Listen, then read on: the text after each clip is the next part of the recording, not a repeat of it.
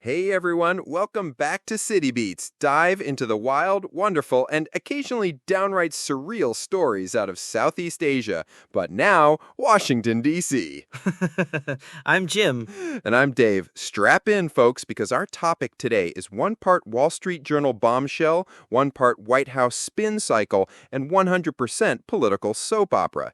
Donald Trump's name, and we're talking multiple mentions, turning up in Jeffrey Epstein's secret files. Dave, this all broke when the Journal cited senior Justice Department officials who'd combed through a truckload of Epstein docs earlier this year and discovered Trump's name popping up repeatedly.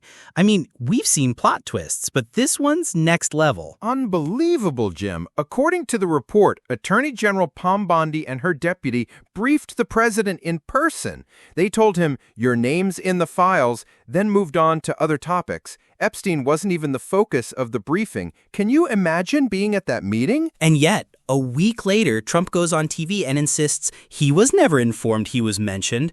That, Dave, is the first whiff of, wait, what? Absolutely. Then the White House fires back with a statement to NBC News. He kicked Epstein out of his club for being a creep. This is fake news from the liberal media. They even lumped it in with Obamagate and Russiagate. Translation, we're not hiding anything, just trust us.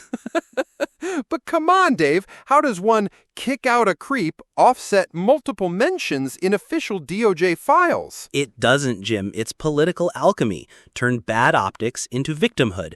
But let's be real. People on both sides are screaming cover up or witch hunt without pausing for breath. To unpack this, we've been tuning into MSNBC's panel coverage. Legal analyst Andrew Weissman, former high-ranking DOJ official, laid it out.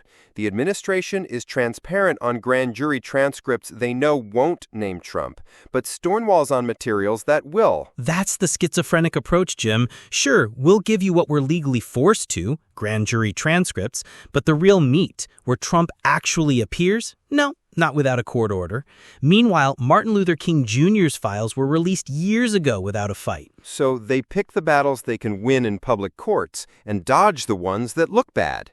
Dave, does that not reek of tactical transparency? It does, Jim, because it allows them to point fingers at the judiciary when they refuse to unseal more sensitive documents.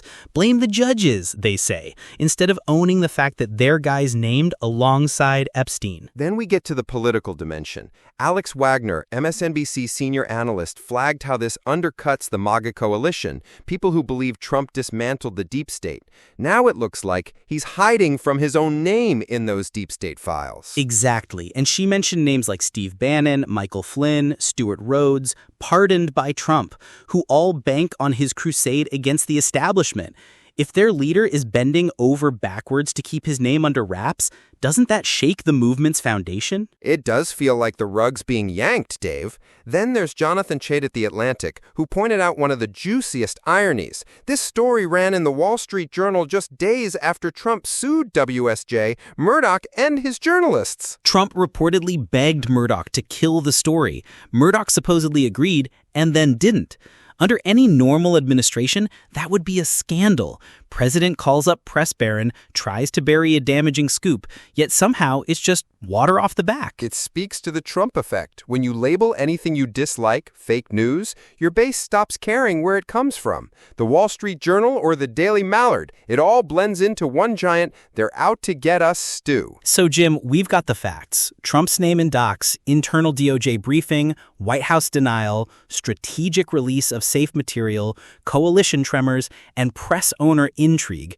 What's next on this carousel? Good question. Legally, Congress could subpoena the full records. If Speaker McCarthy or a future committee, assuming a Democratic majority, gets hands on them, it could spark hearings on Trump's ties to Jeffrey Epstein. And politically, every new mention fuels the liar-in-chief narrative.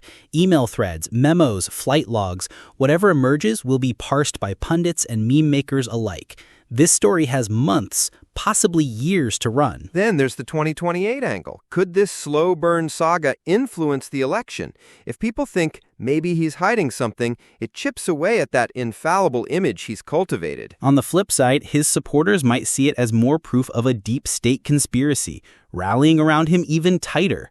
We can't discount the rally round the flag effect when Trump portrays himself as the victim of a rigged system. Then there's the still on the fence might recoil at the non-transparency. We could see polling shifts if these revelations land right before primary season. And let's not forget the media play. More scoops, more denials, more lawsuits. This is a high-stakes game of chutes and ladders. 1 minute you're climbing with a new leak, next you're sliding down with a White House press release. Dave, sometimes I think we should just hand out free popcorn outside the White House briefing room. This drama never ends. Exactly, Jim.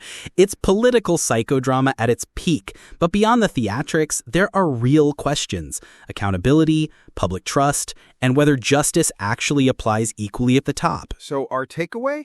Keep watching the filings, track new court motions, peek at congressional calendars, and of course, follow the White House statements because who knows which version we'll get next. And remember, listeners, we're hobbyist podcasters, not political operatives, but we're here to turn the noise into something you can actually chew on over your morning coffee. Thanks for joining us on City Beats. If you've got a hot take on the Trump-Epstein files saga, drop us a message below. We might feature it in our next episode. Hit subscribe, ring the bell, and share this with your political news junkie friends.